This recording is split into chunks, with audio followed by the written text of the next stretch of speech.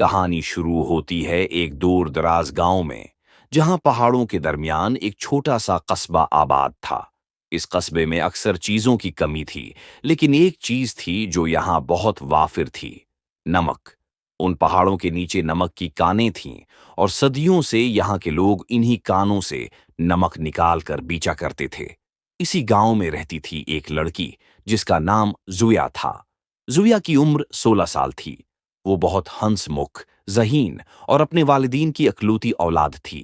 اس کا والد بابا یونس نمک کی کان میں مزدوری کرتا تھا، اور والدہ گھر میں نمک سے تیار شدہ اشیاء جیسے اچار، چٹنی اور خشک گوشت بنایا کرتی تھیں۔ گاؤں میں سب کا روزگار کسی نہ کسی طرح نمک سے جڑا ہوا تھا۔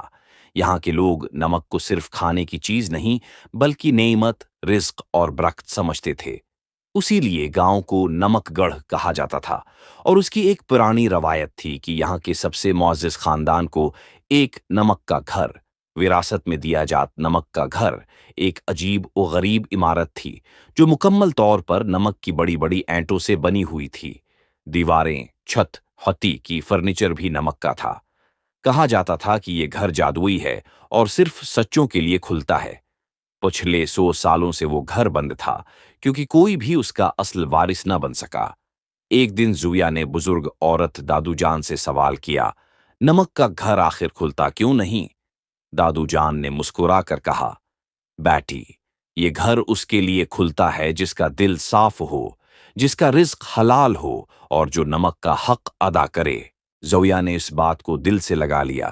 وہ دن رات محنت کرتی، اپنے والد کے ساتھ کان پر جاتی اور نمک کو صرف بطور تجارت نہیں بلکہ خدمت سمجھ کر استعمال کرتی۔ ایک رات جب گاؤں پر سخت طوفان آیا تو نمک کی کان بند ہو گئی۔ زمین لرز اٹھی اور کئی مزدور اندر پھنس گئے، ان میں زویا کے والد بھی شامل تھے۔ سب لوگ خوفزدہ ہو گئے، لیکن زویا نے ہمت نہ ہاری۔ وہ رات کو چپکے سے نکلی اور ایک چھوٹا سا چراغ لے کر کان کے منا تک گئی۔ وہاں اسے ایک چمکتا ہوا نشان نظر آیا، جیسے کسی نے نمک کی دیوار پر ہمیشہ کے لیے لکھ دیا ہوگا، کوئی نقش چھوڑا ہو۔ زویا نے چراغ اس پر رکھا تو راستہ کھلنے لگا، ایک خفیہ سرنگ جو کان کے اندر گہرائی میں جا رہی تھی۔ وہ بنا ڈھرے اس سرنگ میں داخل ہوئی۔ اندر جاتے ہی ہوا ٹھنڈی اور مہکدار ہو گئی۔ اچانک اس کے سامنے ایک چمکتا ہوا کمرہ آیا جہاں نمک کے مجسمے بنے ہوئے تھے، اور کمرے کے بیچ میں وہی نمک کا گھر کھڑا تھا۔ دروازہ آہستہ آہستہ خود بخود کھلا۔ زویا اندر داخل ہوئی۔ ہر چیز سفید چمکدار اور نمک کی خوشبو سے معطر تھی۔ وہاں ایک بوڑھا شخص بیٹھا تھا جس کے کپڑے بھی نمک سے بنے تھے۔ تم آخر آ گئیں زویا، بوڑھے نے کہا۔ زویا حیران ہوئی، آپ کون ہیں؟ میں اس گھر کا محافظ ہوں، صدیوں سے منتظر ہوں اس کے جو نمک کی قدر کرے، جو دوسروں کی مدد کرے اور جو رزق کو عبادت سمجھے۔ تم وہی ہو زویا، تم نے اپنے باپ کو بچانے کی ٹھانی، تم نے نمک کی حرمت کو سمجھا۔ اس کے بعد اس نے زویا کو ایک عصا دیا جس پر نمک کی قلم کاری تھی۔ اسے لے جاؤ اور سرنگ کے دوسرے کنارے سے مزدوروں کو نکالو۔ زویا نے عصا کو اٹھایا اور اسے کان کی بند سرنگ پر رکھا۔ دیواریں ہٹنے لگیں اور راستہ کھل گیا۔ سب مزدور بشمول بابا یونس باہر آ گئے۔